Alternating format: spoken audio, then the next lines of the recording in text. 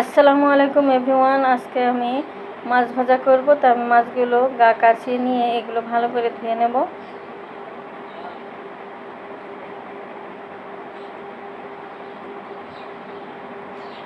ভালো করে ধুয়ে নিয়েছি। এবার আমি ম্যারিনেশন করে রাখবো। আমি স্বাদ মতো লবণ নিয়েছি, হাফ চামচ হলুদের গুঁড়া, হাফ চামচ জিরার গুঁড়া, হাফ চামচ ধনিয়া গুঁড়া, হাফ চামচ শুকনো মরিচের গুঁড়া, হাফ চামচ করে আদা রসুন পেস্ট, একটা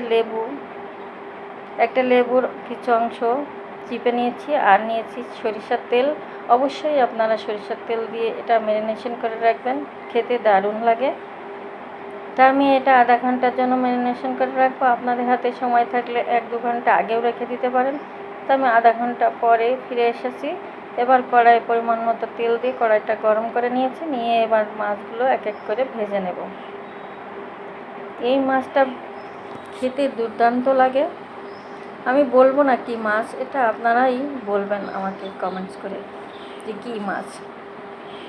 এটা এত সুস্বাদু মাছ, তবে এটা সমুদ্রের মাছ। আমার মাছগুলো ভাজা হয়ে গেছে, আমি বাকি মাছগুলো ভেজে নেব।